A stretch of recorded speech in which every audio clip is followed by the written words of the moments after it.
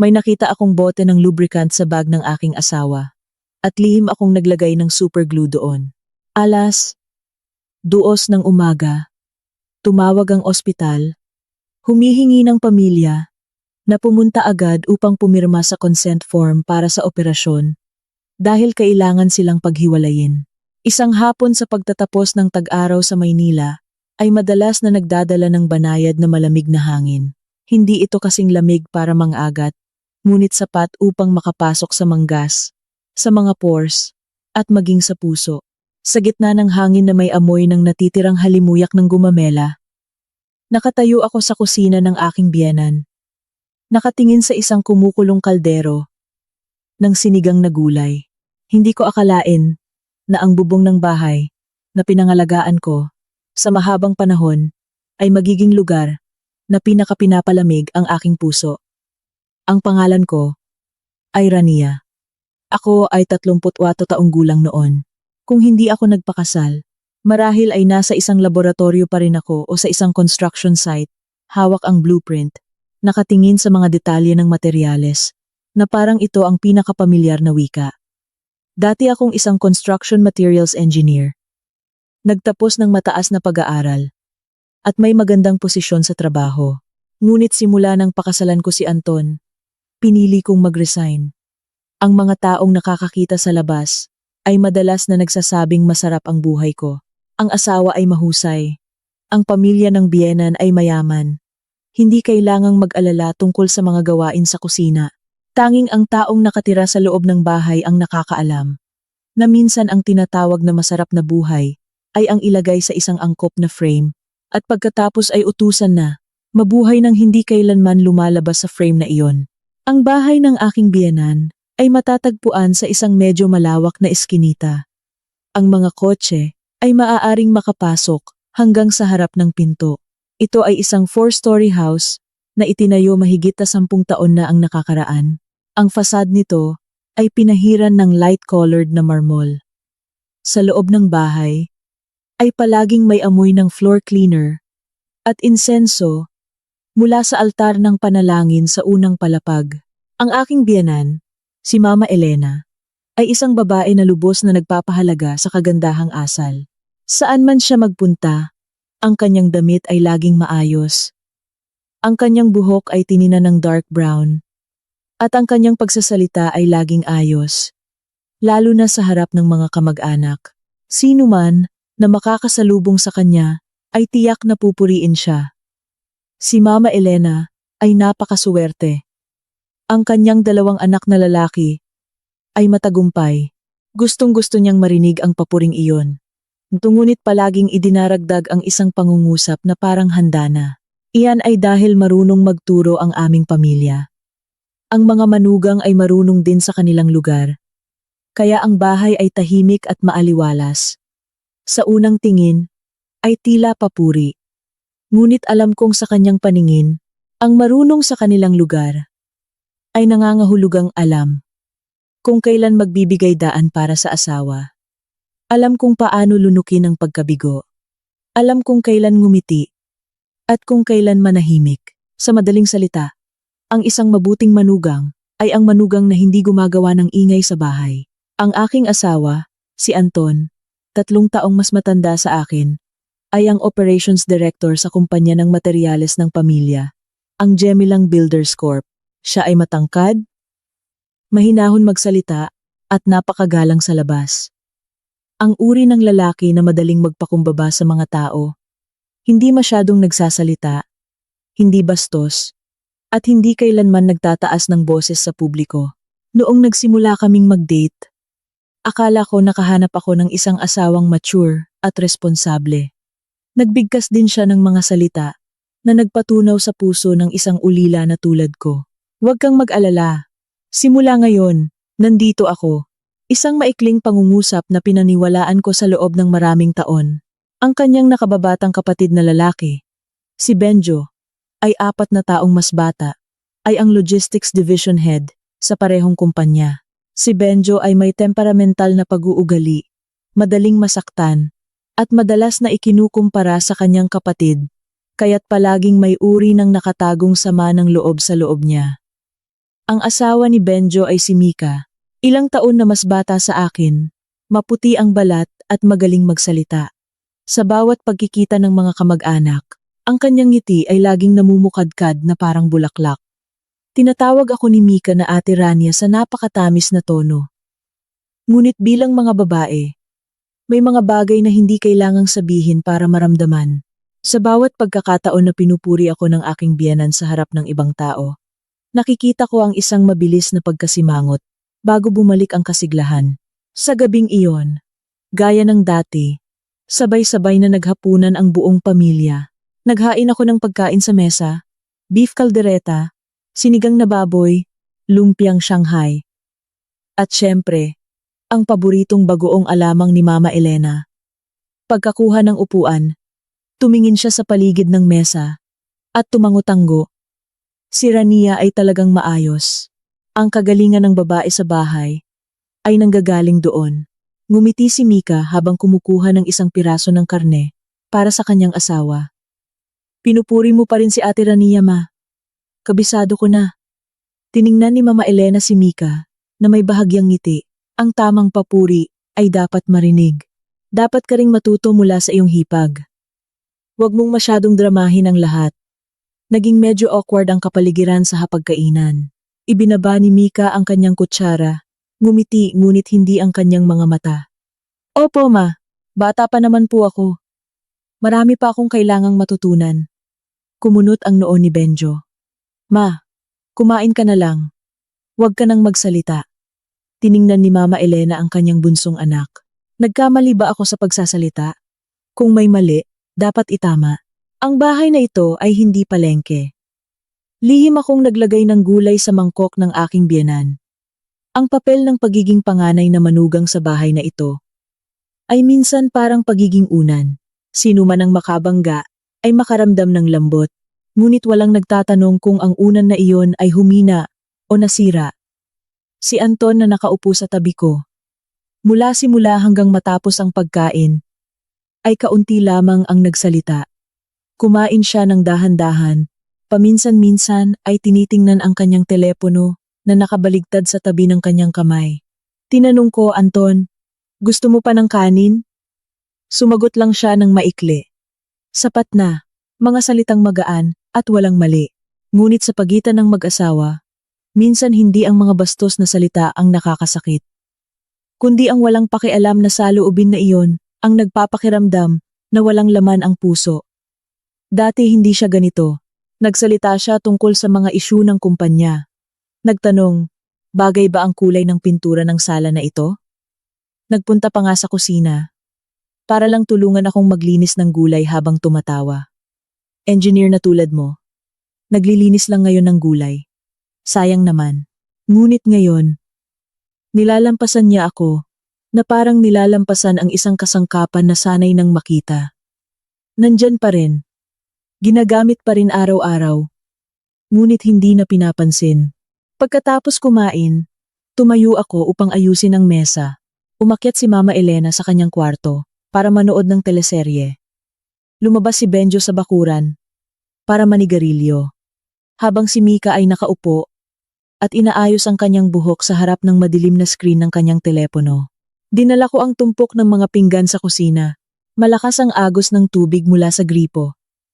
Nang lumingon ako, nakita ko si Anton na nakatayo na sa balkonahe ng unang palapag habang nakikipag-usap sa telepono. Nagsalita siya ng napakahina, halos pabulong, nakatalikod sa bahay, isang kamay sa bulsa ng pantalon, at ang isa pang kamay ay mahigpit na hawak ang telepono sa kanyang tenga.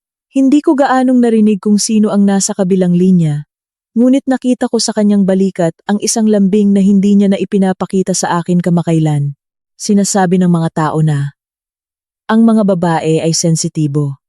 Sa tingin ko, hindi sensitibo.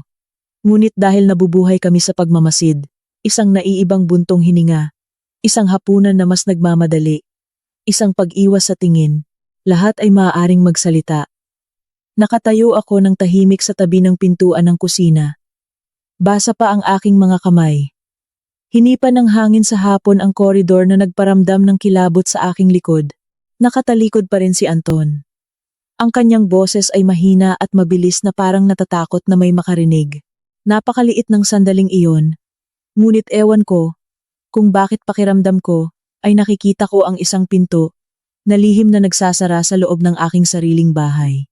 Kinabukasan ng umaga, mas malakas ang hangin sa Maynila. Alas, 6 pa lang ng umaga. Ngunit sa dulo ng eskinita, ay naririnig na ang tunog ng walis tingting at ang tipikal na ugong ng motorsiklo. Nagising ako ng maaga tulad ng dati. Nagsusuot ng manipis na cardigan. Pagkatapos ay bumaba sa kusina upang magluto ng kanin, magpakulo ng ilang itlog, at magtimpla ng tsaa para sa aking biyenan. Ang mga gawaing iyon ay naging rutina. Ginagawa ko ito nang hindi kailangang mag-isip. Ang mga taong nakakakita sa umaga na tulad nito ay mag-iisip na ang aming pamilya ay napakaayos. Ang aking biyenan ay nakakakuha ng mainit na tsaa, ang aking asawa ay nakakakuha ng maayos na kamisa, at ang aking bayaw ay nakakakuha ng baon para sa opisina. Tanging ako lang ang nakakaalam. Ang kaayusan ay hindi pareho sa init. Minsan ito ay isang kurtina lamang na maayos na hinila upang takpan ang mga bahagi na napunit na. Inilagay ko ang kaldero ng kanin sa kalan. Bigla kong naalala ang mga unang taon pagkatapos ng kasal. Dati, hindi ganoon kalamig si Anton. May mga umaga sa tag-ulan. Mas maaga siyang nagigising. Gumagawa ng isang baso ng mainit na gatas para sa akin. Pagkatapos ay sasabihin, "Rania, gumising ka na. Baka mahuli ka." Kapag nagpupuyat ako upang tulungan siyang repasuhin ang isang teknikal na proposal, hihilutin niya ang aking balikat habang ngumingiti. Ang pagpapakasal sa iyo ay ang pinakamalaking benepisyo sa aking buhay. Noong panahong iyon, lubos akong naniniwala. Lubos na naniniwala hanggang sa sinabi niya na ang kumpanya ng pamilya ay nasa yugto ng pagpapalawak at kailangan ng isang tao sa bahay upang pangalagaan ang lahat, upang makapag-focus siya sa labas. Tumango ako nang hindi gaanong nag-iisip. Tumigil ako sa pagtatrabaho.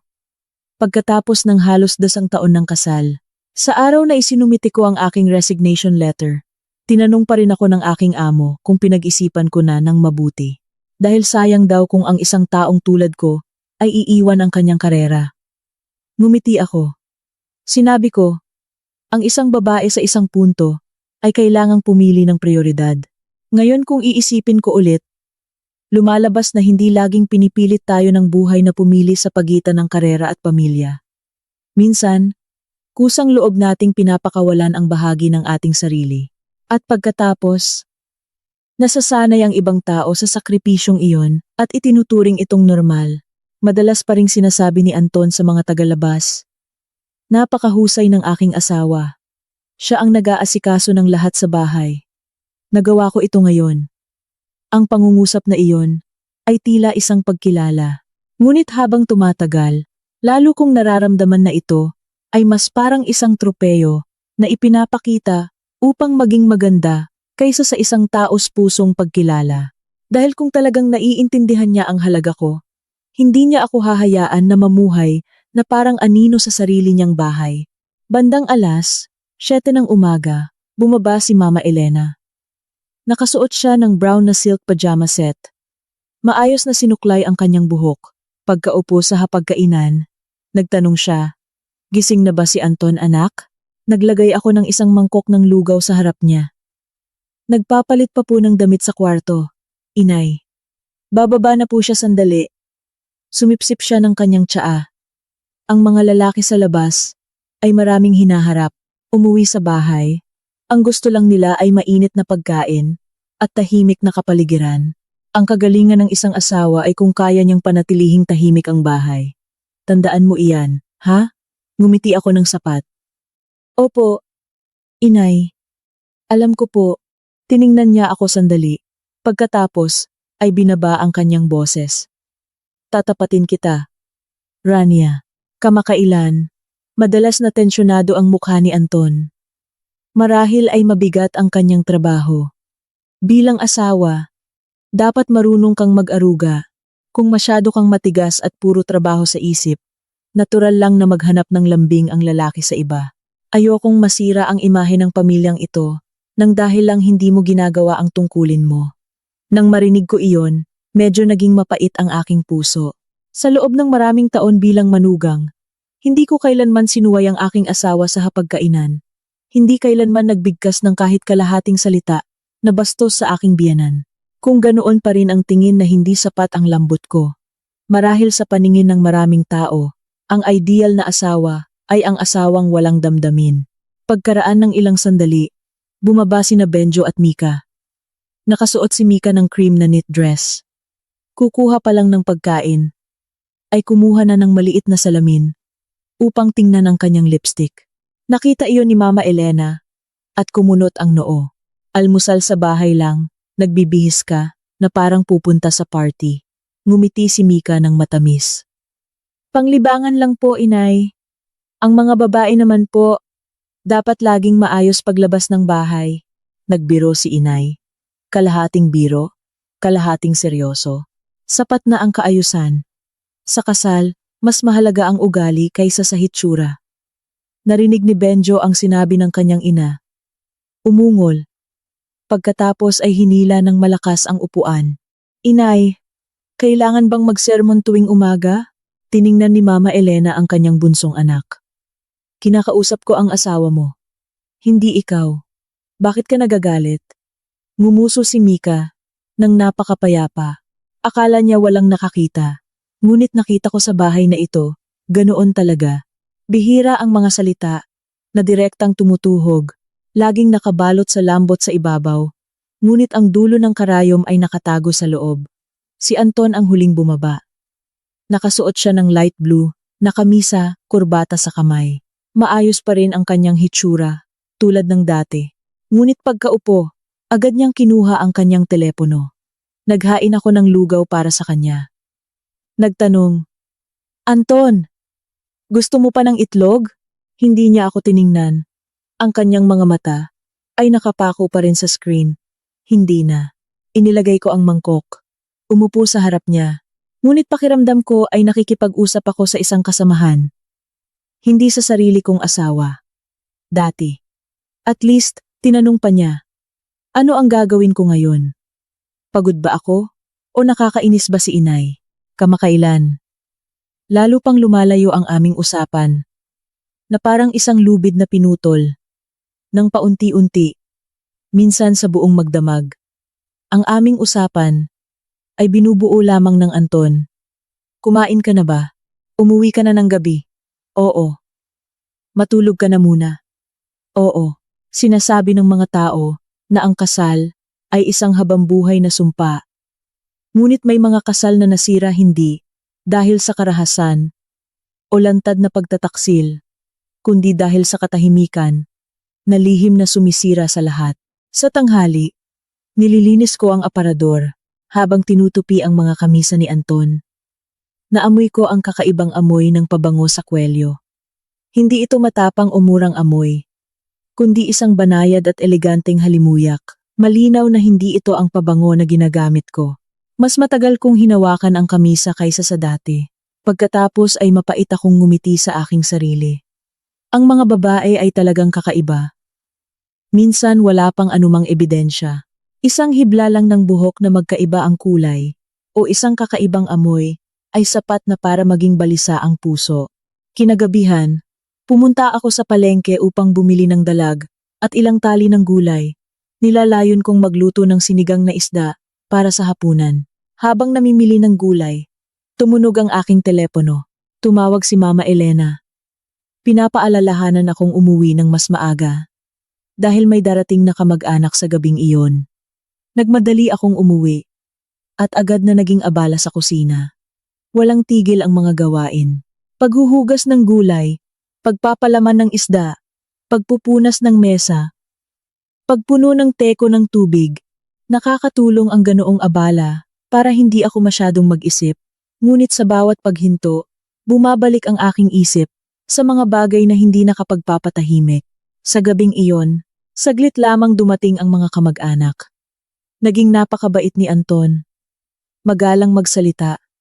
Nagbuhos ng inumin para sa tiyo at tiya ngumiti sa tamang oras, at nagtanong ng balita sa tamang paraan. Nakikita ang aking asawa na ganoon. Sino ang maniniwala na sa pagitan namin ay may isang hindi nakikitang pader na lalong lumalaki araw-araw? Ang pinakamahusay na lalaki ay minsan hindi ang pinakamaraming kumikita, kundi ang pinakamahusay sa pagpapaniwala sa mundo na siya ay isang mabuting tao. Kinagabihan, pumasok ako sa kwarto ng mas maaga. Sa labas ng bintana, hinipan ng hangin ang hanay ng mga bougainvillea. Ang tunog nito ay kumakaluskos.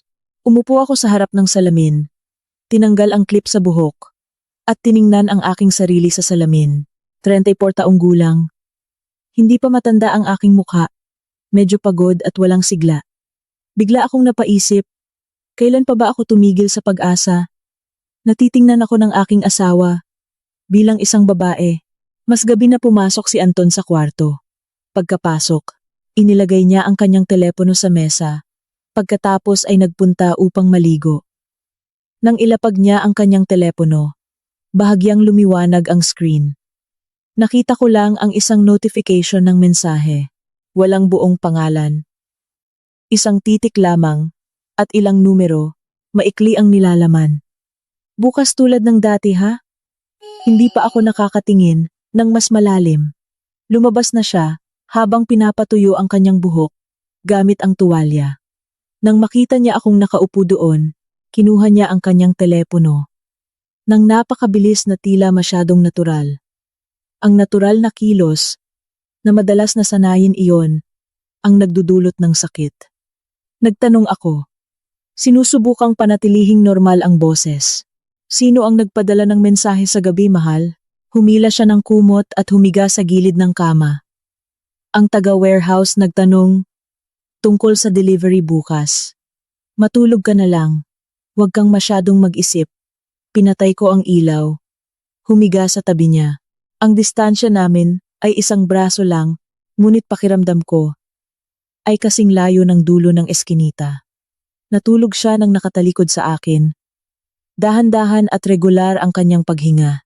Samantalang ako ay nakamulat ang mga mata na nakatingin sa dilim. Nagtataka kung hanggang kailan dapat manahimik ang isang babae bago siya magkaroon ng karapatang maniwala sa sarili niyang damdamin.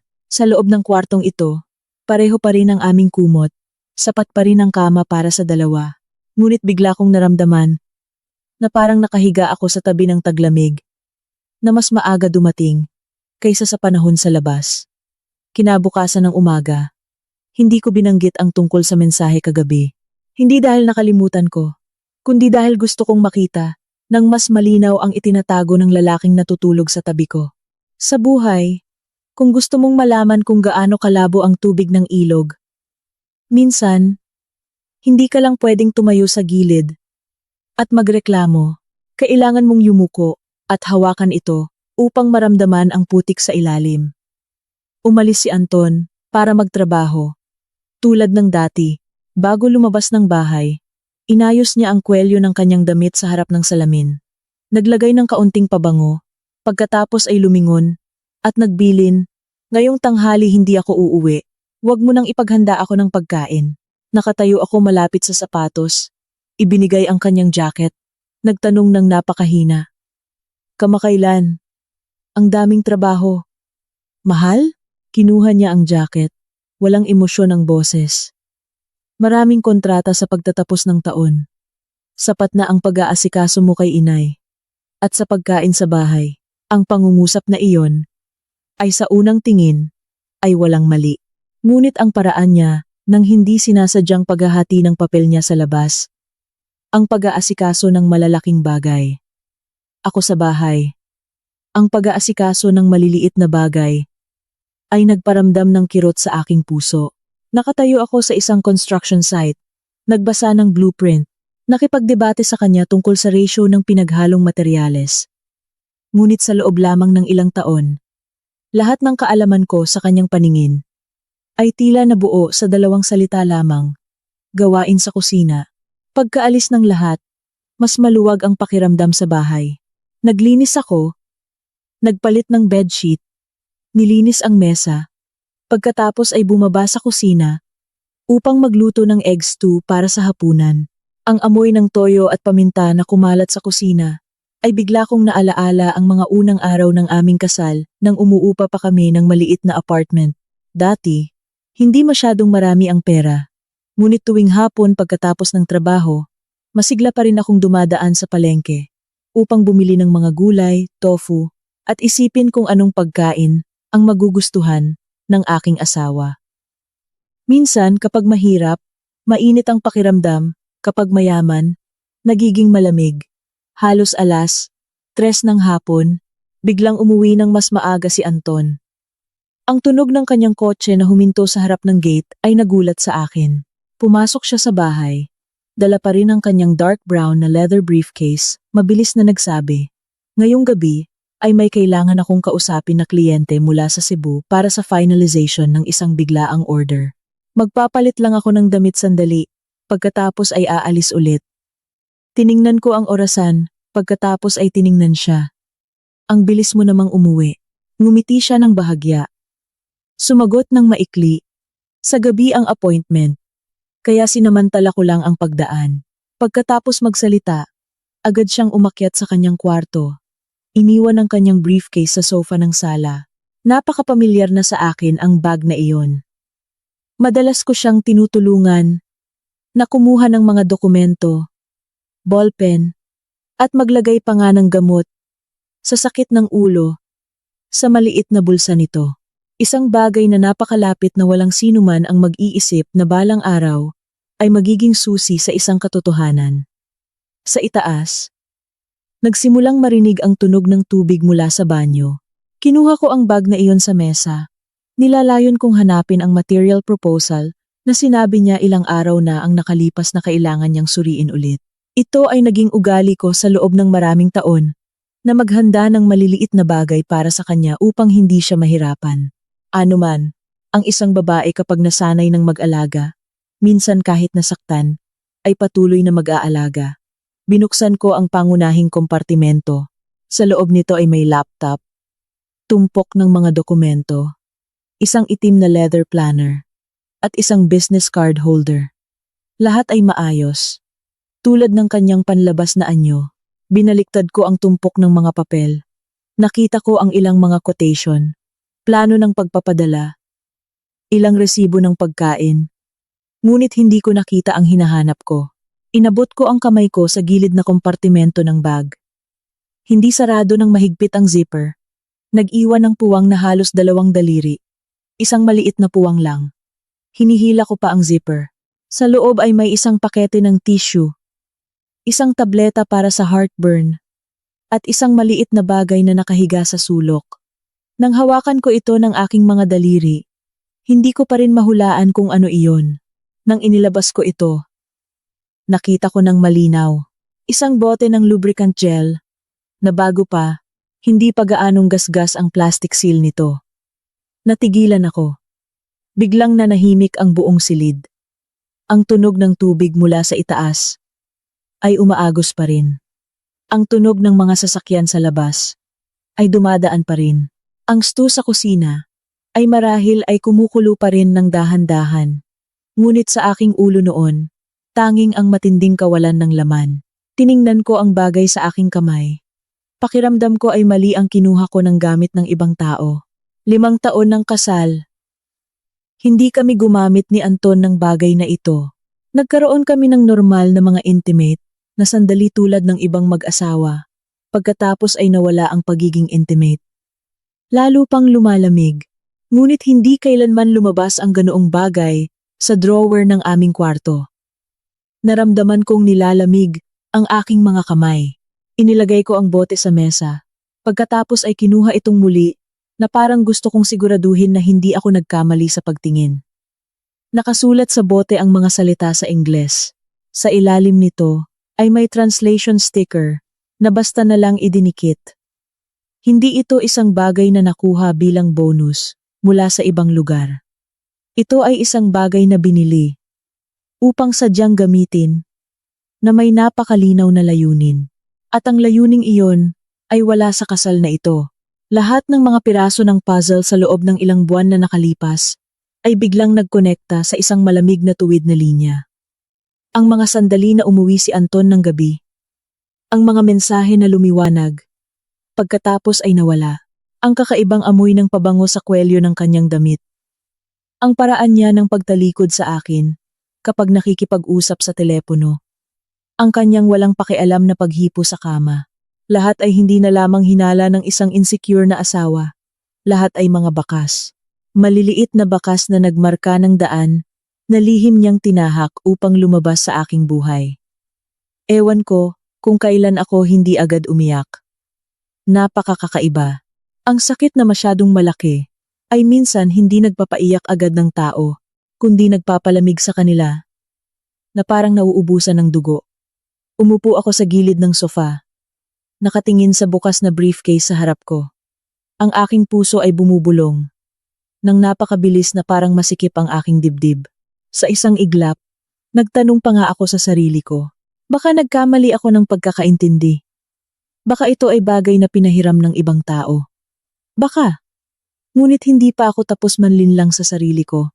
Naramdaman ko nang nakakatawa ang sarili ko. Itinago ng isang lalaki ang bagay na ito sa gilid na kompartimento ng bag na laging dala niya at iniwan itong bahagyang bukas. Hindi ito dahil hindi sinasadya, kundi dahil nasanay na siya sa aking tiwala kaya hindi na siya nag-iingat. Totoo nga, ang mga babae ay minsan natatalo, hindi dahil sa tanga, kundi dahil sa masyadong pagmamahal na nagbubulag sa kanilang mga mata. Sa itaas, narinig ang tunog ng pagbukas ng pinto ng banyo. Nagulat ako, nagmamadali akong ibinalik ang bote sa lugar nito sa parehong sulok. Pagkatapos ay muling isinara ang zipper tulad ng dati. Nanginginig ang aking mga kamay, kaya kinailangan kong kumapit sa gilid ng mesa upang makatayo. Kakasara ko pa lang ng bag. Bumaba na si Anton. Nakasuot na siya ng dark gray na kamisa. Medyo basa pa ang kanyang buhok. Ang amoy ng shaving cream ay bahagyang naamoy. Tiningnan niya ako na nakatayo malapit sa mesa, na parang walang nangyari. Ano ang hinahanap mo sa bag ko? Lumingon ako. Sinusubukang panatilihing normal ang mukha. Hinahanap ko ang proposal ng presyo na sinabi mo kahapon, Anton. Lumakad siya patungo sa bag. Kinuha ito. Wag na. Ngayong gabi ay makikipagkita ako sa kanya ng personal. Pwede akong magtanong ng direkta. Inangat ko ang ulo ko at tiningnan siya. Sa sandaling iyon, sa unang pagkakataon sa aking buhay, pakiramdam ko ay nakatayo ako sa harap ng isang lalaking pamilyar, ngunit estranghero. Ang kanyang mukha, ang kanyang boses, ang kanyang tindig. Lahat ay pareho pa rin. Tanging ang tiwala sa loob ko ang bumagsak sa isang walang hanggang balon. Tumango ako. Sige, Anton. Umalis ka na. Tiningnan niya ako sandali. Marahil dahil naramdaman niya na medyo paos ang aking boses. Ngunit pagkatapos ay kinuha lang niya ang kanyang bag at naglakad patungo sa hagdanan.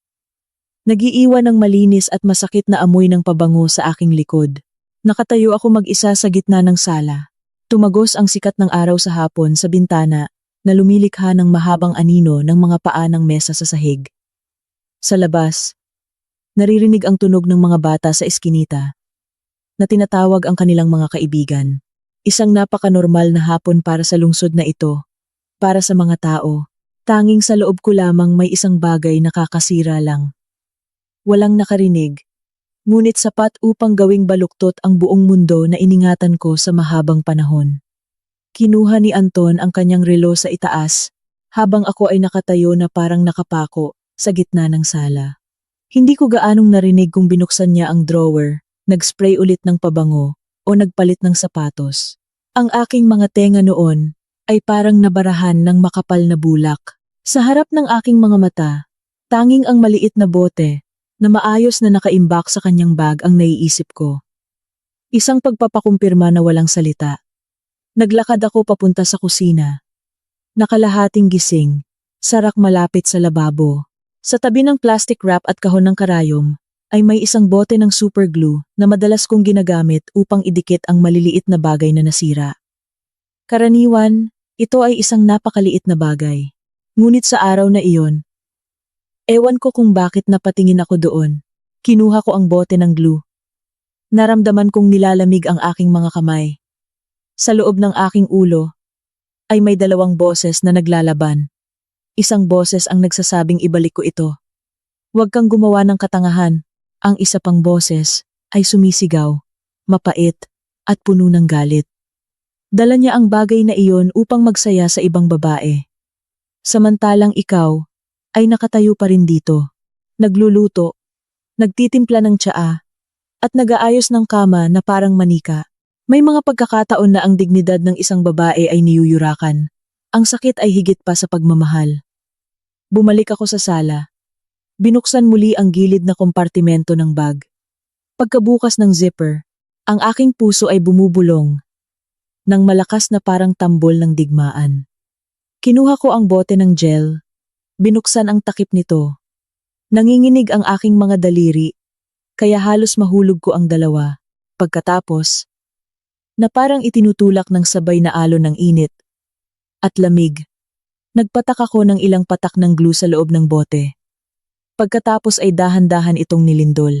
Napakabilis ng kilos, ngunit para sa akin ay parang isang habambuhay. Kinuha ko ang tissue, nilinis ang bibig ng bote, isinara itong muli, at inilagay sa parehong lugar. Ginawa ko pang ibalik ang zipper tulad ng dati. Inayos ang dulo ng tissue na mukhang eksakto sa orihinal na posisyon nito, na parang walang kailanman humawak nito. Nagulat ako sa aking sarili sa pag-iingat na iyon. Lumalabas na kapag pinilit sa dulo ng bangin, ang tao ay maaaring manatiling kalmado sa isang nakakatakot na paraan. Kakalapag ko lang ng bag sa sofa. Bumaba na si Anton. Tiningnan niya ako. Kaswal ang boses. Maghanda ka na lang ng pagkain. Kakain ako sandali bago umalis. Pumasok ako sa kusina nang walang sagot. Ang kaldero ng sinigang ay nasa kalan pa rin. Kumalat ang amoy ng paminta at toyo. Naghain ako ng sinigang na gulay, nagdagdag ng sambal terasi, at maayos na naglagay ng isang pares ng kutsara at tinidor. Lahat ay parang ordinaryong hapunan. Maliban na lamang na ang naghanda ay hindi na pareho. Umupo si Anton sa mesa, tiningnan ang kanyang telepono, habang naghihintay na maghain ako ng kanin. Naglagay ako ng isang mangkok ng kanin sa harap niya. Kumain siya ng ilang subo, pagkatapos ay nagsabi, "Ang kliyente mula sa Cebu na ito ay medyo mahirap. Marahil ay uuwi ako ng gabi. Matulog ka na lang muna." Tiningnan ko siya sa pagkakataong ito nang mas matagal kaysa sa dati. Hindi isang tingin ng pagdududa. Hindi rin isang tingin ng pagmamakaawa. Isang tingin lamang na sapat ang lalim upang iparamdam sa akin kung gaano kalayo ang lalaking ito sa harap ko. Marahil dahil doon, huminto sandali si Anton sa pagkain pagkatapos ay nagtanong, "Bakit mo ako tinititigan ng ganoon?" Mapait akong ngumiti. Wala. Naisip ko lang na ang taong tunay na abala ay laging may dahilan. Kumunot ang noo niya, ngunit hindi na nagtanong pa. Ang mga lalaki ay minsan kakaiba. Magaling silang magtago, ngunit mabagal silang makaramdam. Na nakikita na sila ng iba sa likod ng kanilang maskara. Yumuko si Anton at ipinagpatuloy ang pagkain. Kalmado pa rin ang kanyang hitsura. Nagniningning ang relo sa kanyang pulso. Malinis at maayos pa rin ang kanyang kamisa. Sinumang makakakita ay tiyak na mag-iisip na ito ay isang ulirang asawa. Kakakain lang ng hapunan sa bahay. Pagkatapos ay nagmadali upang magtrabaho. Totoo nga, sa mundong ito, kundi ang masamang tao na marunong magsuot ng mabuting damit. Pagkatapos kumain, tumayo siya, kumuha ng tissue upang punasan ang kanyang bibig. Pagkatapos ay kinuha ang kanyang bag. Bago lumabas ng pinto, lumingon pa nga siya at nagsabi, tulad ng dati, "Ilak mong mabuti ang pinto, ha?" Sumagot ako, "Opo." Napakabagal na sumara ang pinto sa likod niya. Ngunit sa aking mga tenga, ang tunog na iyon ay parang bigat ng bato. Biglang naging napakalawak ng bahay. Si Mama Elena ay umakyat na sa kanyang kwarto upang manood ng TV. Hindi pa umuwi si Benjo. Nagpadala si Mika ng mensahe sa group chat ng pamilya na ngayong gabi ay matutulog siya sa bahay ng kanyang kaibigan. Umupo ako mag-isa sa sala. Ang ugong ng ref, ang tunog ng mga sasakyan sa labas, na paminsan-minsan ay dumadaan. Ang tunog ng TikTok ng orasan ay napakalinaw, kaya't nakakainis. Lahat ng normal na tunog sa gabi ay biglang naging isang pagpapahirap. Kinuha ko ang telepono, pagkatapos ay ibinalik ito nang hindi ko na mabilang kung ilang beses. Minsan, gusto kong tawagan agad si Anton. Murahin siya. Tanungin kung sino ang babaeng iyon. Minsan gusto kong lumabas ng bahay, sundan siya, hulihin ng harapan upang wala ng paraan para magtago. Ngunit pagkatapos ay umupo ako ng tahimik. Hindi dahil nagpapatawad ako, kundi dahil sa loob ng aking puso ay may isang napakakakaibang damdamin. Pinaghalong baluktot na kasiyahan at nakakasukang pagkabalisa. Lampas alas 9 na ng gabi, minsan ko siyang tinawagan. Nagring ng napakatagal ang telepono at hindi sinagot. Nagpadala ako ng maikling mensahe. Tapos na ba ang trabaho mo? Naipadala ang mensahe, ngunit walang sagot. Hanggang alas 11 ng gabi, umakyat ako sa kwarto pagkatapos ay bumaba ulit. Nagtimpla ng isang baso ng mainit na tubig, pagkatapos ay hindi ininom, binuksan ang TV pagkatapos ay pinatay. Ang buong katawan ko ay parang nasusunog mula sa loob. Ngunit malamig ang aking mga paa at kamay. Halos alas 2 ng umaga, nang tahimik na ang kalsada, tumunog ang aking telepono. Hindi kilalang numero. Nang sagutin ko, sa kabilang linya ay narinig ang boses ng isang babae na nagmamadali. Totoo ba na ito ang pamilya ni G. Anton? Mula kami sa ospital ng UP PGH. Siya ay kasalukuyang nasa emergency care, kasama ang isa pang babae sa isang espesyal na kondisyon. Maaari po bang pumunta kayo agad dito? Natigilan ako. Ang buong likod ko ay parang binuhusan ng isang balde ng malamig na tubig. Halos mahulog ang telepono mula sa aking kamay. Sa sandaling iyon, napagtanto ko na ngayong gabi ay wala nang balikan sa dati. Hindi ko matandaan kung paano ko isinuot ang jacket, nagsuot ng tsinelas, at kinuha ang bag. Lahat ay nangyari ng napakabilis, kaya't hindi na ito kayang ayusin ng aking isip. Ang alam ko lang nang tumakbo ako palabas ng bahay, hinipa ng hangin sa gabi ang aking mukha ng malamig. Nanginginig ang aking mga kamay, kaya halos mahulog ko ang susi ng motorsiklo. Napakatahimik ng kalsada sa Maynila, bandang alas 2 ng umaga. Ang mga ilaw ng kalye na kulay dilaw ay mahaba na nakalatag sa aspalto. Paminsan-minsan, may dumadaang truck. Pinabilis ko ang motorsiklo. Napakabilis ng tibok ng aking puso. Ang aking puso ay parang dinudurog.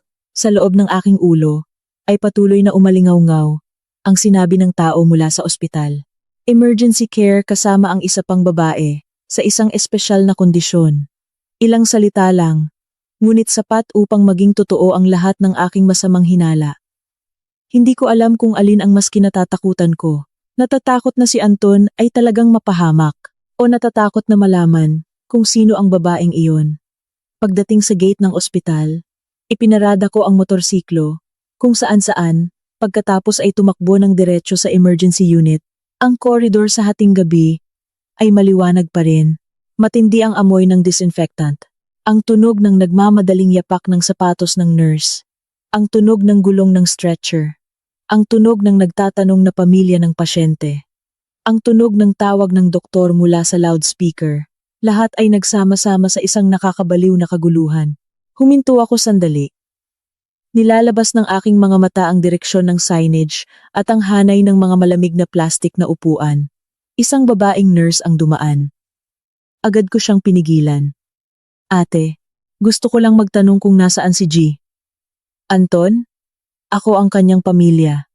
Tiningnan niya ako sandali pagkatapos ay nagtanong. Pamilya ba kayo ni G. Anton? O ng kanyang ina? Sumagot ako ng mabilis. Ako ang kanyang asawa.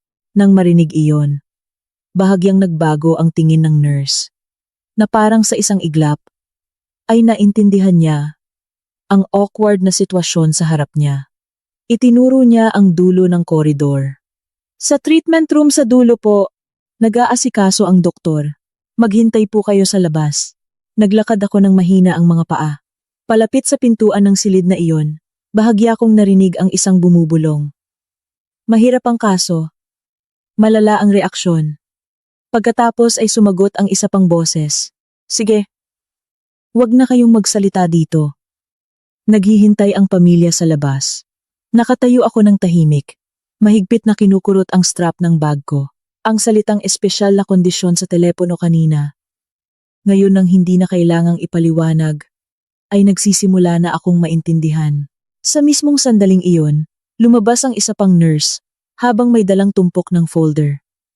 Bahagyang gumalaw, ang pinakaibabaw na papel, na nagpapakita ng ilang linya ng teksto, na nakalimbag, ng makapal. Nakita ko lang ang pangalan ng pasyente na kasama ni Anton Mika. Hindi ako makahinga. Ang buong katawan ko ay namanhid, na parang nakapako sa sahig. Sa loob ng ilang segundo, akala ko, nagkamali ako ng tingin. Kumukurap ako ng paulit-ulit. Nakatingin sa folder na lalong lumalayo.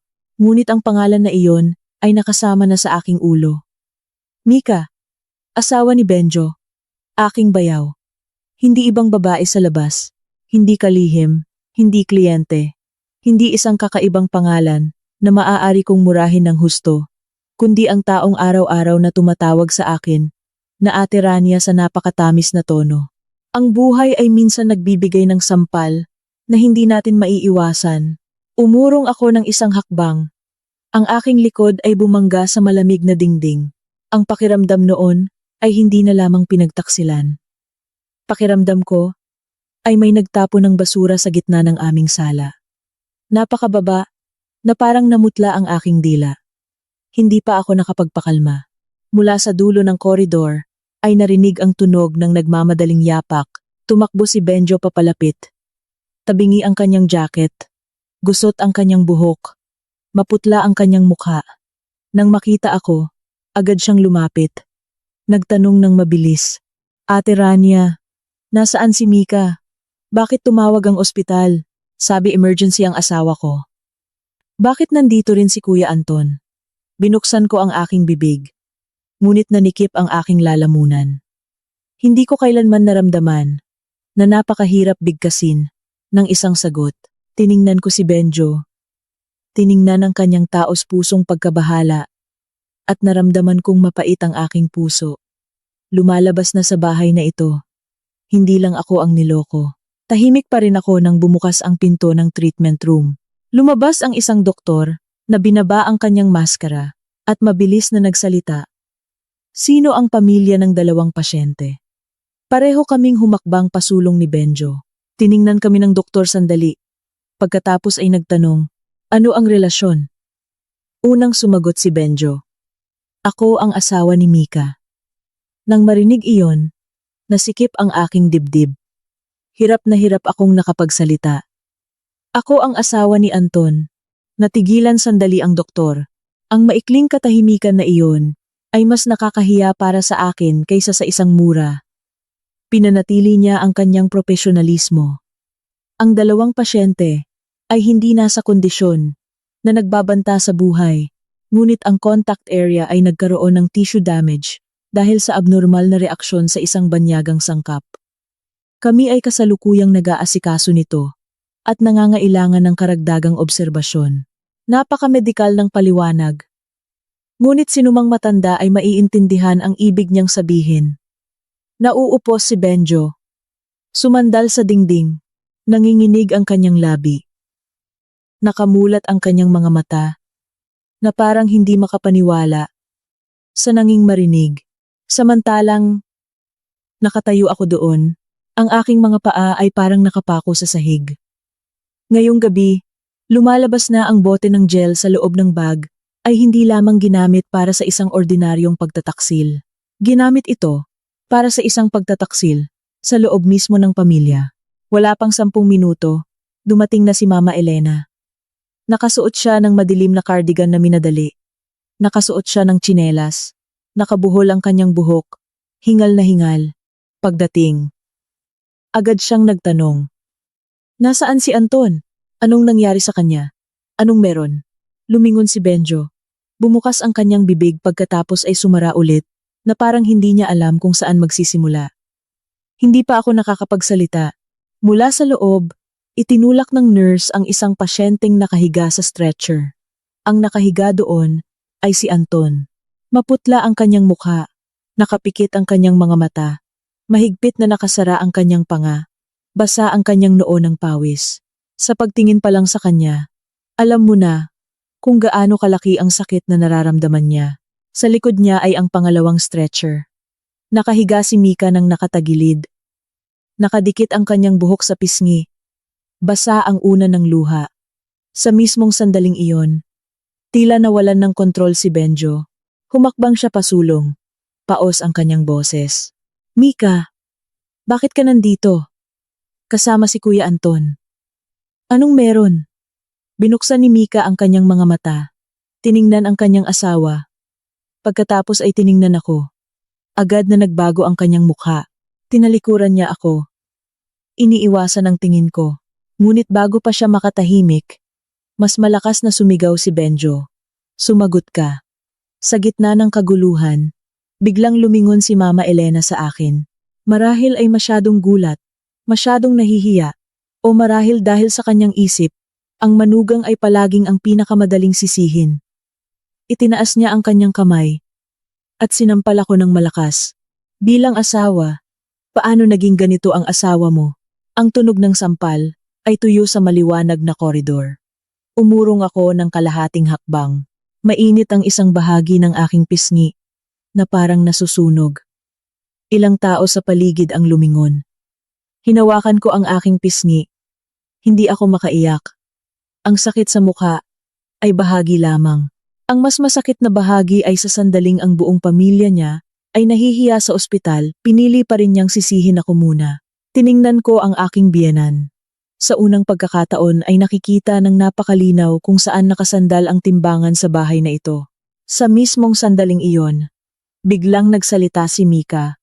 Nanginginig ang kanyang tono, ngunit sapat na matalas para saktan ang ibang tao. Hindi lang ako ang nagkamali.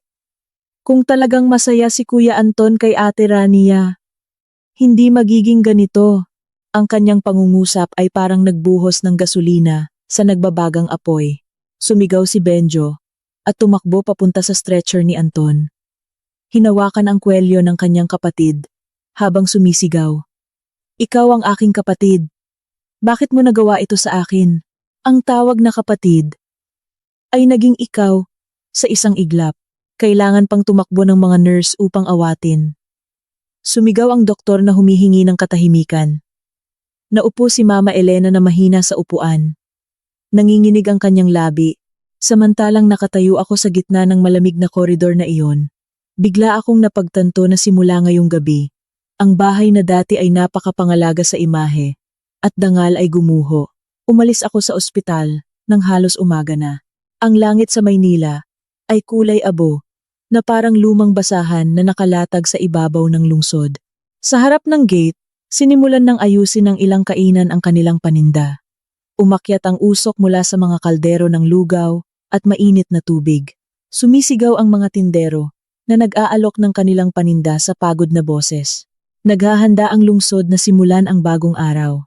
Samantalang pakiramdam ko ay kakatapos ko lang kaladkarin sa isang napakahabang gabi kaya't ramdam ko ang buong katawan ko na parang durog. Pagdating sa bahay, hindi ako agad umakyat sa kwarto. Naglakad ako ng diretso sa kusina. Ang natitirang hapunan kanina ay nasa mesa pa rin. Natatakpan lamang ng food cover. Malamig na ang sinigang na gulay. Sa ibabaw nito ay may manipis na layer ng taba. Tuyot na ang semur na karne. Mas dumilim ang sabaw. Bahagyang nakatagilid pa rin ang upuan na inupuan ni Anton. Eksakto sa posisyon nang tumayo siya kagabi. Lahat ay pareho pa rin. Na parang huminto ang oras sa kusina na ito, nang kinuha ng lalaki ang kanyang bag at lumabas ng pinto. Umupo ako sa upuan sa tapat. Nakapatong ang magkabilang kamay sa aking mga tuhod. Masakit pa rin ang aking kaliwang pisngi dahil sa sampal ni Mama Elena. Sa loob ng aking ulo, patuloy na bumabalik ang mga larawan sa ospital. Ang maputlang mukha ni Anton. Ang nakadikit na buhok ni Mika sa kanyang mukha. Ang blangkong tingin ni Benjo. Ang bulong ng doktor, na bawat salita ay parang latigo sa dignidad. Pagkatapos ay ang sigaw na ikaw, sa pagitan ng dalawang magkapatid. Sa pag-iisip tungkol doon, kumulo ang aking tiyan. Pagkatapos, na parang isang mabagal na paghampas, naalaala ko ang aking sariling kamay. Naalala ko ng napakalinaw kung paano ko binuksan ang takip ng bote ng gel, kung paano ko nagpatak ng kaunting glue, nilinis ang bibig ng bote, at ibinalik ito sa dati nitong lugar. Naramdaman kong nilalamig ang buong katawan ko. Hindi ako nasisiyahan. Sa sandaling iyon ko lang napagtanto. Hindi ako nasisiyahan tulad ng inaakala ko. Hindi ako masaya na nakikita siyang nasasaktan. Hindi ako masaya na nakikita ang dalawang taksil na napapahiya. Ang pinakamalakas na humahampas sa akin sa ngayon ay ang pakiramdam ng takot. Takot dahil nakagawa ako ng katangahan. Takot dahil may kasama ako sa paghihirap ng ibang tao. Takot dahil kung magpapatuloy ito, makakaladkad ako palabas ng natitirang katinuan ko. Sa buhay, ang galit ay parang apoy. Kung hindi kontrolado, ito ang unang susunog sa sarili nating bahay. Nakaupo ako ng napakatagal sa harap ng malamig na tira-tirang pagkain. Hindi ako umiiyak. Parang tuyo na ang aking mga luha. Ang tanging nararamdaman ko ay ang tuyong lalamunan at ang malamig na mga kamay na parang ibinabad sa yelo. Sa bakuran, nagsimulang lumiwanag ang langit. Isang maya ang lumapag sa pintuan. Pagkatapos ay lumipad ulit. Dumating pa rin ang bukang liwayway. Kahit gaano kakahiya ang pagkasira ng aking pamilya kagabi. Bandang 6:00 ng umaga, dumating si Mama Elena sa bahay. Pumasok siya sa pintuan sa gilid. Nakayuko ang kanyang balikat. Nakasabit ang kanyang panyo sa leeg. Hindi niya ako agad tiningnan, kundi kumapit sa likod ng upuan. Pagkatapos ay umupo ng malakas, na parang isang taong kakatapos lang ng bagyo. Tumayo ako upang magbuhos ng isang baso ng mainit na tubig, ngunit kinawayan niya ang kanyang kamay. Pagkaraan ng ilang sandali, nagsalita na siya. Paos ang kanyang boses, dahil sa kakulangan ng tulog at pagkabigo. Ang nangyari kagabi, wag sanang malaman ng ibang kamag-anak. Kung magtanong ang mga kapitbahay, sabihin mo na lang na may sakit si Anton. Si Mika, nagkataong sumama lang maghatid sa ospital. Lumingon ako at tiningnan siya. Kung nangyari ito ilang taon na ang nakalipas, marahil ay agad akong tatango. Dahil iniisip ko pa rin na anuman ang mangyari, kailangan pangalagaan ang imahe ng pamilya ng asawa. Ngunit noon, pagkatapos ng tuyong sampal sa koridor ng ospital, narinig kong binuksan ng aking biyenan ang kanyang bibig. At ang unang naisip niya ay ang pagpapatahimik sa ibang tao. Pakiramdam ko ay pagod na pagod ako. Dahan-dahan akong sumagot, maaaring maloko natin ang mga tagalabas. Ngunit ang mga tao sa loob ng bahay, paano? Inay. Inangat ni Mama Elena ang kanyang ulo. Pagod ang kanyang tingin na may halong inis. Huwag kang magsalita ng ganyan. Magulo ang bahay na ito. Kung palalakihin pa, sino ang makikinabang? Mapait akong ngumiti. Isang ngiti na mapait na dama ko. Kagabi sa ospital, ako ang sinampal, inay. Ako rin ang tinanong kung saan emergency ang asawa niya kasama ang ibang babae. Nanahimik sandali si inay. Pagkatapos ay tinalikuran ako. Oo, kinabahan ako noon. Ngunit ang isang babae ay talagang kahanga-hanga kung kaya niyang pangalagaan ang kanyang asawa. Ang tigas mo. Natural lang kung nagsasawa ang lalaki. Ang pangungusap na iyon ay mas matinding humampas sa akin kaysa sa sampal kagabi.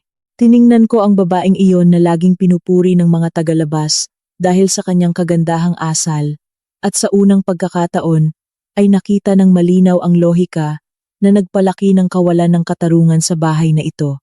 Ang kanyang anak ay nagtaksil maging sa asawa ng kanyang sariling kapatid, ngunit ang unang sinisisi niya ay ang kanyang manugang. Dahil ang manugang ay kulang sa lambot, kulang sa galing, kulang sa kakayahang pangalagaan ang asawa. Bandang 9:00 ng umaga, umuwi si Benjo. Binuksan niya ang pinto na parang sinisira ang bahay ng ibang tao. Pula ang kanyang mga mata. Gusot ang kanyang damit. Ang buong katawan niya ay naamoy ng alak na may halong usok ng sigarilyo. Nang makita niya ako sa kusina, huminto si Benjo sandali, pagkatapos ay umupo sa tapat ko. Tahimik kaming dalawa sandali, tanging ang tunog ng ulan ang kumakatok sa bintana. Tumayo ako at binigyan siya ng isang baso ng mainit na tubig. Tiningnan ni Benjo ang umuusok na baso. Tumawa ng walang laman. Ngayon, gusto mo pa rin akong bigyan ng inumin, ate? Inilagay ko ang baso sa mesa. Inumin mo man o hindi, bahala ka. Yumuko si Benjo. Ang kanyang mga kamay ay nakapalibot sa baso. Akala ko galit ka sa akin habang buhay, ate. Umupo ako ulit. Tiningnan siya ng mataman. Galit ako sa mga taong alam. Ngunit ginagawa pa rin. Ikaw, hindi ko pa alam kung anong uri ka. Ang pangungusap na iyon ay nagpataas ng ulo ni Benjo. Pula ang kanyang mga mata. Sa ilalim nito ay may makapal na maitim na bilog. Ang isang binata na gumuho nang napakabilis ay sapat na para maisip kung gaano kagulo ang kanyang isip. Sa loob ng ilang araw na nakalipas, lumunok si Benjo, pagkatapos ay dahan-dahang nagsalita. Bawat salita ay parang gasgas sa lalamunan. Nawala ko na ang lahat, ate. Hindi ako sumagot. Naghintay ako. Sumandal si Benjo sa kanyang ulo. Gamit ang magkabilang kamay. Hindi ko na kayang ipagtanggol ang sinuman. Hindi ko na kayang linlangin ang sarili ko. Sa bahay na ito, mula pagkabata, palagi akong nabubuhay sa anino ni Kuya Anton. Mas mahal siya ni inay. Mas pinagkakatiwalaan siya. Ano man ay laging matalino ang iyong kapatid. Marunong mag-isip ang iyong kapatid. Nagkamali lang ako ng kaunti. Ay agad na sinabing walang silbi. Emosyonal. Nakakasira. Tumawa siya. Isang tawa na manipis na parang basang papel. Dati. Akala ko. Sige na. Baka mas bobo nga ako. Ngunit ngayon ko lang napagtanto na ang tao ay nakatayo sa anino hindi lang dahil mas maliit siya, minsan dahil sadyang dinadagan siya ng anino. Nang marinig ko iyon, hindi natunaw ang aking puso, ngunit hindi na rin ito kasing talim ng dati. Nagkasala si Benjo dahil mahina siya, dahil bulag siya, dahil nabuhay siya sa pag-asa, sa nakasanayang pag-asa. Ngunit ang ganoong uri ng pagkakamali ay iba sa pagkakamali ni Anton. Sadyang humukay ng butas ang isang tao. Ang isa naman ay nasanay ng tumayo malapit dito, kaya hindi niya namalayan kung kailan siya naging marumi. Direkta akong nagtanong, ano ang alam mo? Inangat ni Benjo ang kanyang ulo. Mabilis na kumukurap ang kanyang mga mata. Ngunit may ilang bagay na hindi ko na maglakas loob na isipin. Sabihin mo lang, lumunok siya. Sa loob ng ilang taon sa Logistics Division, maraming dokumento ang pinapirmahan sa akin ni Kuya Anton ng mabilis. Palaging ang dahilan ay internal affairs. Para mapabilis ang proseso. Minsan nakita ko na hindi tugma ang dami ng item sa delivery receipt sa stock sa warehouse. Nagtanong ako, nagalit pa siya. Ako na ang bahala sa iba. Oo. Pinirmahan ko. Humampas si Benjo. Sa mesa ng malakas. Nanginginig ang baso ng tubig. Natapon ang laman nito. Napakabobo ko. Akala ko, ilusyon lang para mapaganda ang report. Pinutol ko. Ilusyon hanggang saan? Tiningnan ako ni Benjo. Bahagyang nanginginig ang kanyang labi. Mahigit 1 taon na ang nakalipas. Hindi ko sinasadyang narinig si Kuya Anton at Sheila na nag-aaway sa kanyang opisina. Hindi nila alam na nasa tabi ako ng warehouse. Bahagya kong narinig ang pangungusap na, "Huwag sanang kumalat ang dokumento ng Batangas." Tapos lumang problema. Sabi ni Sheila, "Kung magpapatuloy ito, masisira ang lahat." Sumagot si Kuya Anton. Sabi niya kay Sheila, "Asikasuhin mo na lang ang mga numero. Anuman ang nailibing, ay hayaang manatiling nakalibing." Agad na nilamig ang aking mga kamay. Ipinagpatuloy ni Benjo. Bumaba ang kanyang boses. Noon, akala ko marahil ay may problema lang sa buwis sa lumang proyek. Hindi ako naglakas loob na mag-isip ng malalim. Pagkatapos ng insidente sa ospital, pagkatapos makita kang pumunta sa opisina, makita si Kuya Anton na nagsimulang magpanik. Makita si Sheila na lihim na nagbubura ng ilang file sa opisina. Saka ko lang napagtanto na hindi na ito ordinaryong bagay. Nagbubura ng file? Mabilis kong tanong. Tumango si Benjo. 2 araw na ang nakalipas. Bumalik ako sa opisina upang kumuha ng ilang dokumento. Dumaan ako sa finance room. Halos gabi na. Nandoon pa rin si Sheila. Hindi sarado ng mahigpit ang pinto. Nakita ko siyang kumukopya ng data mula sa kanyang computer patungo sa external hard disk. Habang nakikipag-usap sa telepono, sinabi niya, kailangan itong linisin bago pa may makarating doon. Nang marinig ko iyon, agad akong tumahimik. Pagkaraan ng ilang sandali, lumabas siya at nilock pa nga ang filing cabinet. Natigilan ako. Lahat ng mga piraso ng puzzle ay dahan-dahang nahuhulog sa lugar. Nagsimulang mag-alala si Anton. Nagsimulang linisin ni Sheila ang mga bakas. At sa wakas, ay napilitan si Benjo na hindi na magpanggap na bulag. Sa labas, malakas pa rin ang ulan. Sa loob ng kusina, tanging ang dilaw na ilaw ang nagpapaliwanag sa maputlang mukha ng aking bayaw, na sa mahabang panahon ay laging nakataas ang ulo, na may dignidad. Isang kapatid na lalaki, na natalo ng kanyang kapatid. Sa unang pagkakataon, nakita ko si Benjo, na napakaliit. Nagtanong ako, bakit mo ako hinahanap? Umupo ng tuwid si Benjo. Paos ngunit malinaw ang kanyang boses. Para sabihin ang totoo, at magtanong sa iyo. Ate, kung sasabihin ko na ngayon ang lahat, may silbi pa ba? Tiningnan ko siya ng matagal.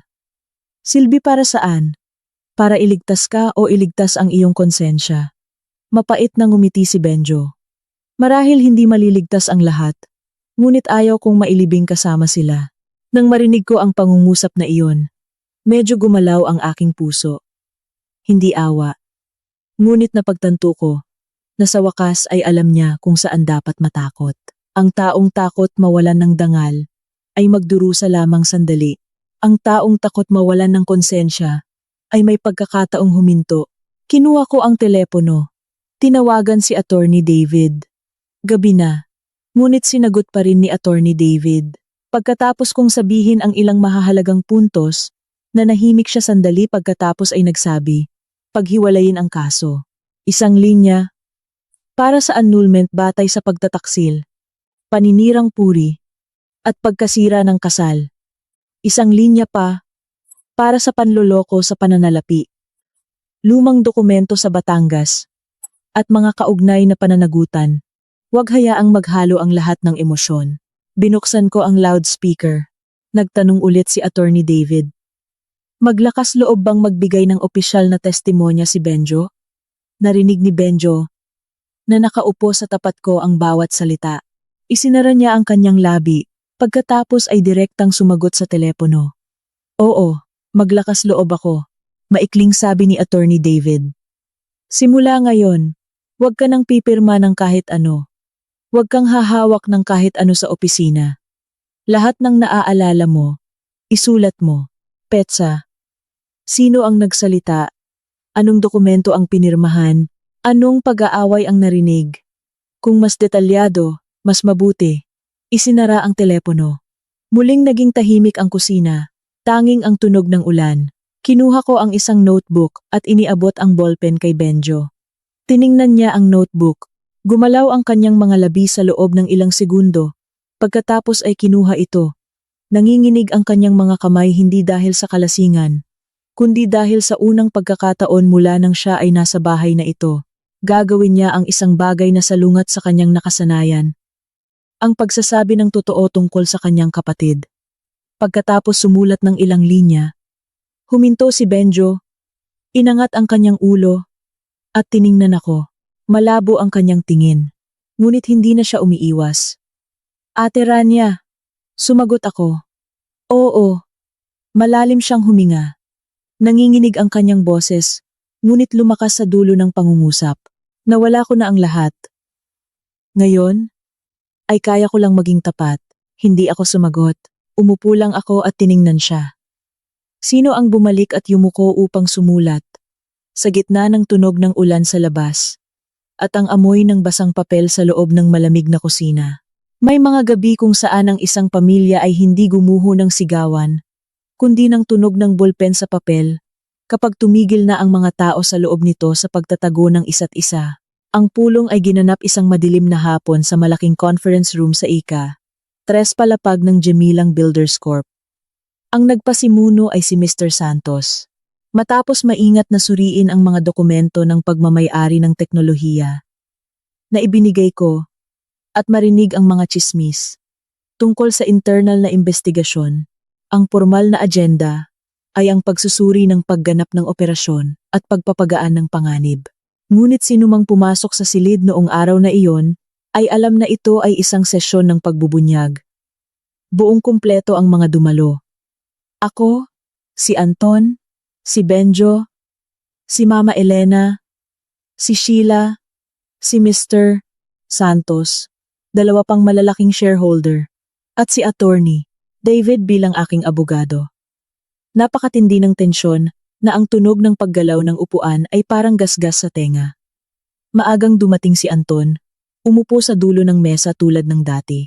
Nakaputing kamisa, madilim na kurbata, kalmado pa rin ang kanyang hitsura na parang isang pinuno. Bukas na ang kanyang laptop, perpekto ang kanyang makeup, malamig at malinaw ang kanyang mga mata. Umupo si Mama Elena ng bahagya sa likod. Mahigpit na nakasara ang kanyang labi, hawak ang kanyang bag, na parang ito ang kanyang huling pag-asa. Umupo si Benjo sa tapat ng kanyang kapatid. Pula ang kanyang mga mata. Mahigpit na nakasara ang kanyang panga. Mula pagpasok hanggang pag-upo, hindi siya tumingin sa sinuman. Nagsimula si Mr. Santos. Mabigat at maikli ang kanyang boses. Ngayon, maging tapat tayo. Sinumang maging paligoy-ligoy ay lalo lamang magpapahirap sa sarili. Tumango si Attorney David. Inilagay ang isang makapal na tumpok ng mga dokumento sa gitna ng mesa. Magsisimula tayo batay sa mga grupo ng ebidensya. Unang grupo, personal na relasyon. Hindi nagtagal si Attorney David. Sa pagsasalita, ibinigay lang niya ang mga kopya ng medical record mula sa ospital ng gabing iyon, mga litrato mula sa apartment sa Makati, ang kasaysayan ng paglabas-masok ni Anton at Sheila, kasama ang ilang mga bill ng personal na gastos. Mula sa isang pangalawang account, tahimik ang silid. Nang makita ni Mama Elena ang pangalan ni Mika sa medical record, agad siyang tumalikod. Nanginginig ang kanyang balikat dahil sa kahihiyan. Habang pinananatili ni Sheila ang kanyang mukha na diretsyo, ang kanyang mga daliri lamang ang kumakatok sa mesa. Habang tumatagal, lalo itong bumabagal. Unang nagsalita si Anton. Hindi dapat dalhin sa pulong ng kumpanya ang mga personal na bagay. Tahimik ako. Sumagot si Attorney David. Kung personal na bagay lang, hindi tayo nakaupo dito. Ang problema ay ang mga relasyon na ito ay may kinalaman sa gastos ng kumpanya at direktang nakakaapekto sa interes ng mga partido. Pangalawang grupo, daloy ng pondo. Lumabas ang isang table ng paghahambing sa malaking screen. Mga kontrata na pinalaki ang presyo, mga intermediary company, pagkuha ng pera, lagda ng pag-apruba mula kay Anton, pirma mula kay Sheila, selyo ng pagtanggap ng kalakal na may pangalan ni Benjo. Isang shareholder sa dulo ng mesa, ang mahinang nagmura. Habang tumatagal, lalong dumidilim ang mukha ni Mr. Santos. Nang dumating sa bahagi ng pagkakaiba sa tatlong malalaking lote ng materyales, hinampas niya ang mesa. Ito ang tinatawag ninyong pagkakamali sa proseso? Sumandal si Anton sa kanyang upuan, sinusubukang panatilihing mahina ang kanyang boses.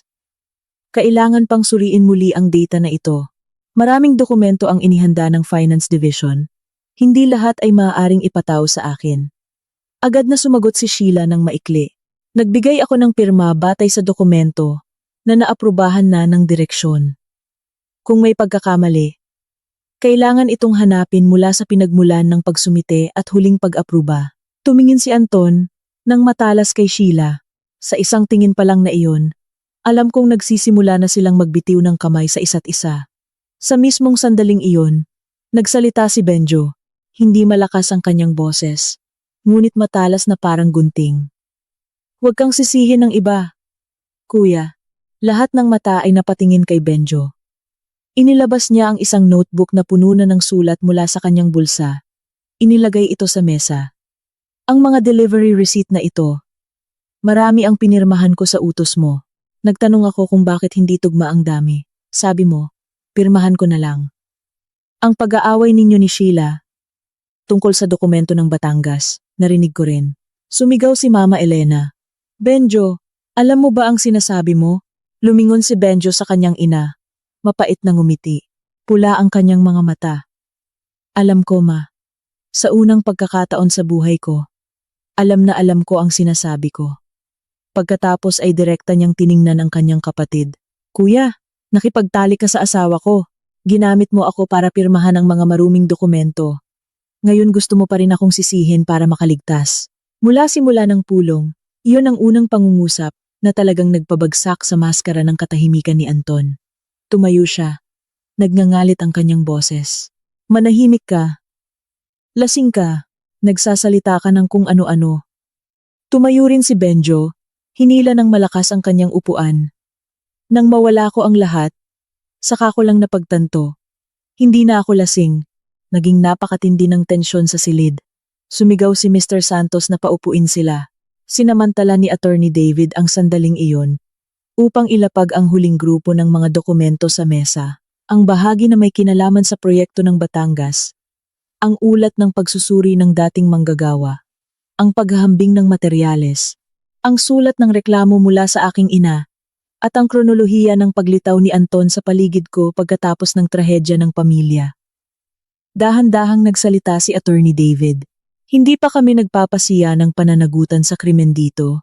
Ngunit may sapat na batayan upang questionin ang pagtatago ng mga nakaraang pagkakamali, ang koneksyon sa pagitan ng ilang tao sa Gemilang Karya, at ang proyekto ng Batangas, at kung paano itinago ang mga dokumentong ito sa loob ng maraming taon. Hanggang dito, hindi na mapanatili ni Anton ang kanyang katahimikan. Tiningnan niya ako. Pagkatapos, si Attorney David, pula ang kanyang mga mata dahil sa galit. Hindi dahil sa kahihiyan. Ito ay pawang hinala lamang. Kumuha kayo ng tumpok ng lumang papel at ilang gawa-gawang kwento, pagkatapos ay bumuo ng isang senaryo. Pagkatapos ay itinuro niya ako ng diretsyo. At ikaw, ano ang alam mo tungkol sa kumpanya para maglakas loob na umupo dito at humatol? Isang babae na sa loob ng maraming taon ay nasa bahay lang, nag-aasikaso ng kusina. Nakarinig ng ilang pangungusap, ay pakiramdam na niya, ay siya ang pinaka nakakaintindi. Tahimik ang buong silid. Kung ito ako, ilang buwan na ang nakakaraan. Marahil ay sasaktan ako ng pangungusap na iyon hanggang sa masikip ang aking lalamunan. Ngunit sa araw na iyon, kakaiba, malamig lang ang pakiramdam ko. Tumayo ako, hinila ang tumpok ng mga technical na proposal patungo sa akin. Pagkatapos ay direkta kong tiningnan si Anton. Tama, nasa bahay ako. Napakabagal kong sabi. Ngunit ang bawat paglalarawan ng pangunahing teknolohiya, ang bawat detalye ng heat-resistant paint, ang bawat formula ng leak-proof, na nakatulong sa Gemilang Karya na manalo ng proyekto, lahat ng iyon ay isinulat ko. Napakabobo ko na nagtiwala ako sa iyo. Ngunit hindi ako bobo habang buhay para patuloy mong lokohin. Walang sino man ang sumingit. Humakbang ako, pasulong, hindi pa rin mataas ang aking boses. Akala mo ba dahil umalis ako, nawala na ang halaga ko? Akala mo ba dahil tahimik ako, wala akong alam? Ang problema sa mga taong tahimik ay minsan gusto pa rin nilang mag-iwan ng isang daan. Ngunit ikaw mismo ang pumutol nito. Tiningnan ako ni Anton ng mataman. Nakita ko sa kanyang mga mata. Sa unang pagkakataon, hindi na ang ekspresyon ng isang asawa na nangungumbinsi sa kanyang asawa o ng isang direktor na umiiwas sa panganib. Tanging ang pagkabalisa ng isang tao na nakakita ng isang bagay na matagal na niyang minamaliit ay biglang tumayo sa kanyang sariling pangalan. Nagtapos ang pulong nang magpasiya si Mr. Santos ng 3 bagay. Pansamantalang suspendihin ang posisyon ni Anton.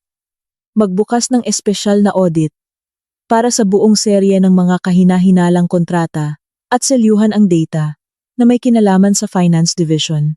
Umupo si Sheila ng matigas. Namutla ang kanyang mga labi. Sumandal si Mama Elena, na mahina sa kanyang upuan. Blanko ang kanyang mga mata, na parang nakakita lamang ng isang bagyo, na naglipad sa bahay, na inakala niyang matibay. Samantalang nakatayo ako doon, sa gitna ng silid na puno ng amoy ng papel at malamig na pawis ng mga taong natatakot. Bigla kong napagtanto ang isang bagay na napakalinaw. Simula ngayon, bumagsak na ang mga maskara. Wala nang makakapagsuot nito muli, tulad ng dati. Pagkatapos ng pulong noong araw na iyon, tila nawalan ng isa sa mga pangunahing haligi ang Jamilang Builders Corp. Ang desisyon ng pagsuspinde kay Anton ay nilagdaan din ng gabing iyon. Sinimulan ang espesyal na audit team sa loob lamang ng 2 araw. Ang data ng Finance Division ay sinelyuhan. Maraming kontrata ang hiniling na suriin muli mula sa simula. Ang magulong daloy ng pondo na dati ay maayos na nakatago. Isa-isa nang nahayag. Hindi agad umuwi si Anton ng gabing iyon. Narinig kong tinawagan siya ni Mama Elena nang paulit-ulit ngunit hindi sinagot. Wala akong pakialam. Halos hating gabi na nang umuwi siya. Napakabagal na bumukas ang pinto. Ngunit naririnig ko pa rin ang kanyang mabigat na yabag sa koridor. Ang lalaking dati ay laging pumapasok sa bahay na may tuwid na tindig ng isang may-ari. Noong araw na iyon, ay naglakad ng mabagal na parang bawat baitang ay naniningil ng utang. Kinabukasan ng umaga, umupo siya sa harap ko sa hapagkainan. Napakaputla ng kanyang mukha. Wala na ang kalmado at kagalang-galang na hitsura. Wala na ang maayos na paghingi ng tawad. Tanging matinding pagod at takot ang naroroon. Tiningnan niya ako. Nang matagal pagkatapos ay nagtanong, kailangan mo bang gawin ito? Hanggang sa ganoon kalayo?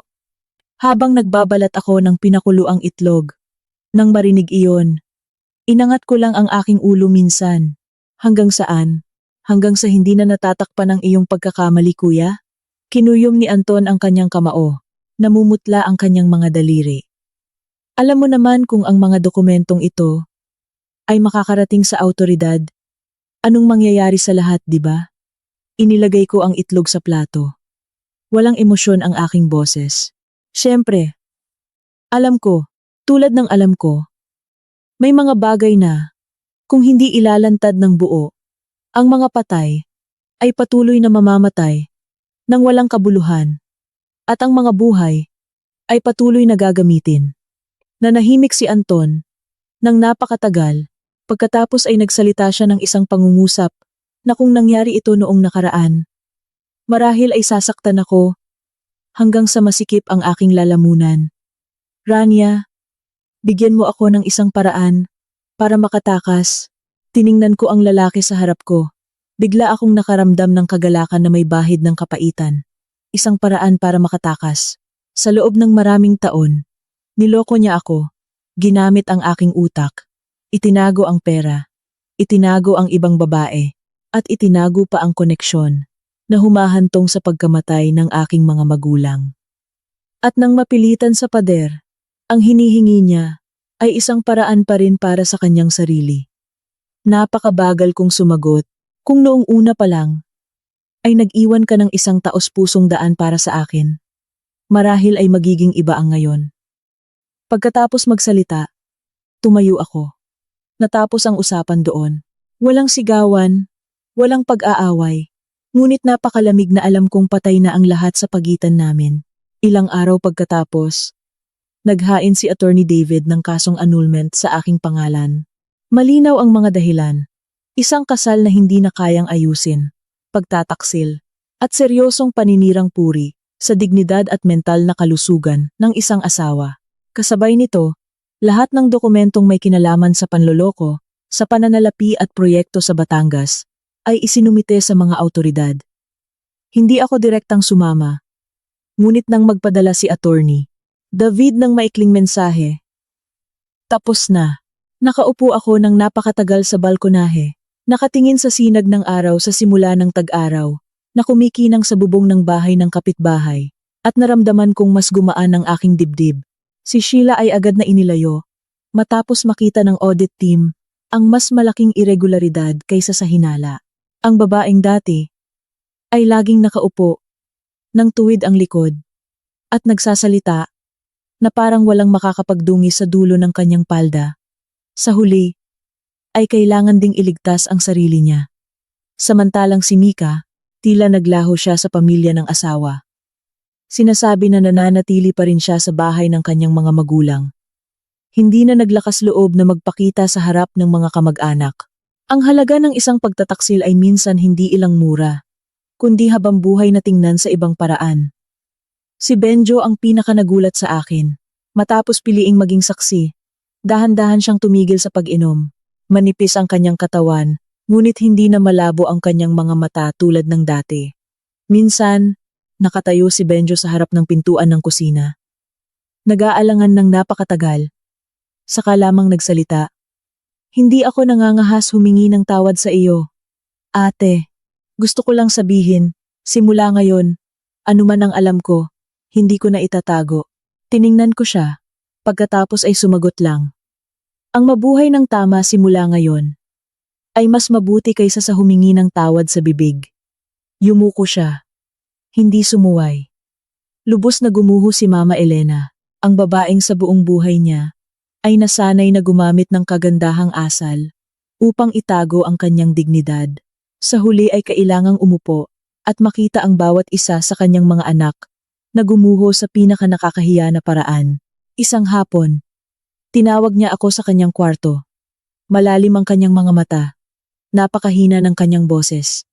Nagkamali ba ako, anak? Natigilan ako. Masyadong huli dumating ang tanong na iyon. Ngunit hindi ito nangangahulugang. Hindi ito masakit. Sumagot ako. May mga pagkakamali na hindi lang sa isang pangungusap na kasalalay, inay. Ang pagkakamali ay nasa sandaling masyado kang nagmahal sa isang tao. Kaya't hinayaan mo ang iba na patuloy na magsakripisyo. Umiyak si Mama Elena.